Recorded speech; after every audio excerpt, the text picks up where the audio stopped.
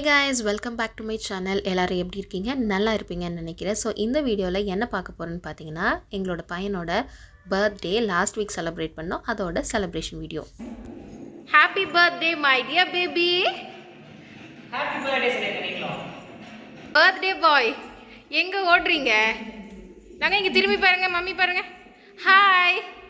காலையிலே சீக்கிரமாக எழுந்து நல்லா குளித்து ஃப்ரெஷ்அப் ஆகி ரெடி ஆகிட்டு வந்துட்டார். வந்ததுமே ஃபர்ஸ்ட் பூஜை ரூமில் போயிட்டு பூஜை தான். ஸோ இவருக்கு அந்த பூஜை பண்ணுற பழக்கம் கொஞ்சம் இருக்குது. மார்னிங் எழுந்ததுமே சாமி கும்பிட்டு எல்லாமே பண்ணுவார். ஸோ வீட்டில் சாமி கும்பிட்டு எங்கே கிளம்பிட்டோன்னு பார்த்தீங்கன்னா கோவில் போகிறதுக்கு தான். ஸோ இந்த ஷூ அவரோட பர்த்டேக்காக பர்த்டே அன்னைக்கு முந்தின நாள் நைட்டு வாங்கிட்டு கொடுத்தோம். ஸோ அதை பார்த்ததுமே கொஞ்சம் ரொம்ப ஹாப்பி ஆகிட்டார். ஸோ இது எங்கள் வீடு பக்கத்துலேயே இருக்க ஒரு முருகன் கோவில் தான். கோவிலுக்கு போனோம், அங்கே பெருசாக கூட்டம்லாம் எதுவுமே இல்லை. ஸோ இங்கே வரலட்சுமி பூஜை நடந்ததுனால அந்த சாமிக்கு அலங்காரம் பண்ணதெல்லாம் அப்படியே இருந்தது.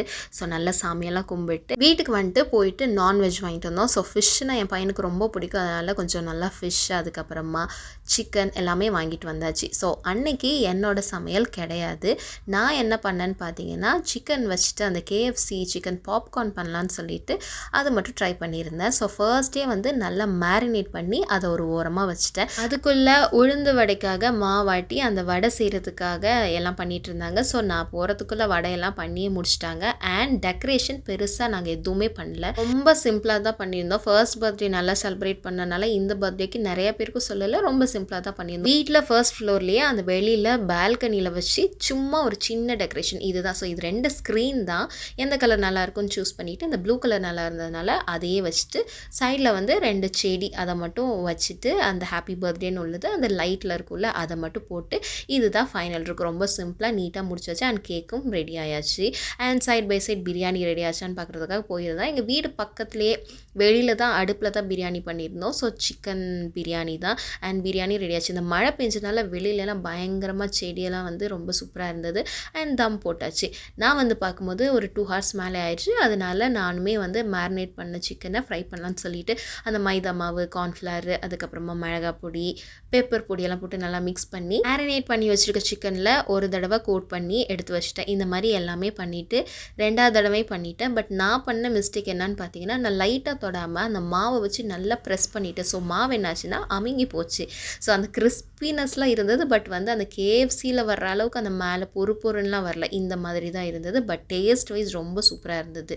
அண்ட் பிரியாணியும் சூப்பராக ரெடி ஆயாச்சு. அண்ட் இதுக்கு சிக்கன் கிரேவி தனியாக வச்சுட்டோம். அண்ட் கேக் கட்டிங்க்கு போயாச்சு. ஸோ இதுதான் கேக். ரொம்ப தீம் வச்செல்லாம் இந்த தடவை எதுவுமே அரேஞ்ச் பண்ணல, நார்மல் கேக் அவ்வளோதான். ஸோ பக்கத்தில் அந்த குட்டீஸ்லாம் வந்திருந்தாங்க, அவங்கள வச்சு கேக் நல்லா கட் பண்ணியாச்சு.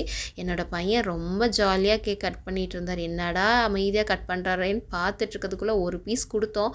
சாப்பிட்ட உடனே அப்படியே கேக்கை வச்சு பாதி கேக்கை கையிலே வச்சு அமுத்தி தேய்ச்சிட்டாரு. ஸோ நீங்களே பாருங்கள். அவருக்கு கேக்னால் கொஞ்சம் ரொம்ப பிடிக்கும். பட் பெருசாக ஸ்வீட் கொடுக்க மாட்டோம். பட் ஸ்டில் பர்த்டேனால கொஞ்சம் கொடுத்தாச்சு. அண்ட் ரொம்ப ஜாலியாக கேக் கட்டிங்லாம் முடிச்சாச்சு.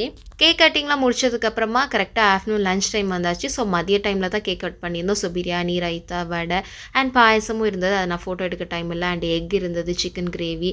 ஸோ இதெல்லாமே வச்சு ஒரு சூப்பரான lunch and birthday celebration. Thank you for வாட்சிங். பாய்.